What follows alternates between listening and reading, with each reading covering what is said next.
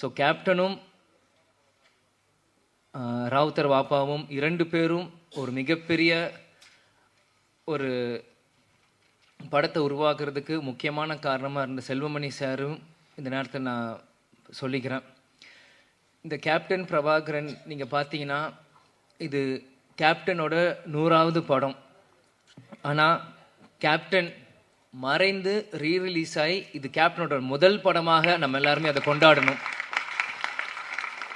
Captain நடித்தது 156 படம், அதில் 100வது படம் கேப்டன் பிரபாகரன் தான் இது முதல் படம். இதே மாதிரி இன்னும் அவர் நடிச்ச 150 படத்துக்கு மேலேயும் இனி ஒரு வருஷம் அதை ரீரிலீஸ் பண்ணி இப்போ இருக்க யங்ஸ்டர்ஸ்க்கும் இப்போ இருக்க ஜென்ரேஷன் அந்த மாதிரி ஜென்சி கிட்ஸ் அப்படின்னு சொல்கிற மாதிரி இப்போ இருக்க ஜென்ரேஷன்ஸ்க்கு அன்னைக்கு கோல்டன் பீரியடில் சினிமா இன்றைக்கி வந்து டிஜிட்டலாக இருக்குது. அன்றைக்கி ரீல் காலத்தில் ரீல்ஸ் செல்வமணி சார் சொன்ன மாதிரி அன்றைக்கி எப்படிலாம் கஷ்டப்பட்டு இந்த மாதிரி ஒரு படைப்பை உருவாக்குனாங்களோ இன்னி இருக்க ஜென்ரேஷன்ஸ்க்கும் ஃபிலிம் இன்ஸ்டியூட் ஸ்டூடெண்ட்ஸ்க்கும் இது ஒரு கேஸ் ஸ்டடி மாதிரி இந்த படங்கள் ரீரிலீஸ் பண்ணும்போது தான் அப்பற்பட்ட 80s 90s அந்த இருக்க டைரக்டர்ஸ் ப்ரொடியூசர்ஸில் எப்படிலாம் கஷ்டப்பட்டு ஒரு படத்தை எடுத்தாங்களோ இப்போ இருக்க யங்ஸ்டர்ஸ்க்கு அது நிச்சயமாக அது புரியும்.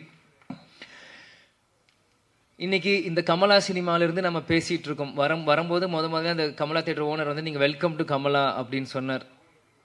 சின்ன வயசுலேருந்து கேப்டன் படங்கள் எத்தனையோ படங்கள் கமலா தேட்டரில் விசில் அடித்து நான் பார்த்துருக்கேன். ஞாபகம் இந்த தேட்டர் எனக்கு கொடுக்குது.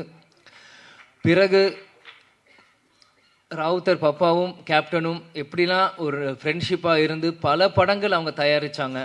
அதில் 60-70% எல்லாமே மிகப்பெரிய ஒரு ஹிட் அந்த படங்கள் எல்லாமே. அதே மாதிரி பார்த்தீங்கன்னா கேப்டன் பிரபாகர் டெக்னீஷியன்ஸ் அப்படின்னு பார்த்தீங்கன்னா இன்றைக்கி இவங்க எல்லாருமே சினிமாவின் ஜாம்பவான்களாக இருக்காங்க. நம்ம எல்லாருமே ஒரு டைம் ட்ராவல் பண்ணி ஒரு 34 இயர்ஸ் முன்னாடி போவோம். இன்றைக்கி எப்படி அவங்களாம் அன்றைக்கி இருந்திருப்பாங்களோ இன்றைக்கி அதே வேகத்தை அதே உத்வேகத்தோடு தான் ஒவ்வொருத்தவங்க பேசும்போது அவங்க நான் கண்ணிலையும் அவங்க இதில் நான் பார்த்தேன்.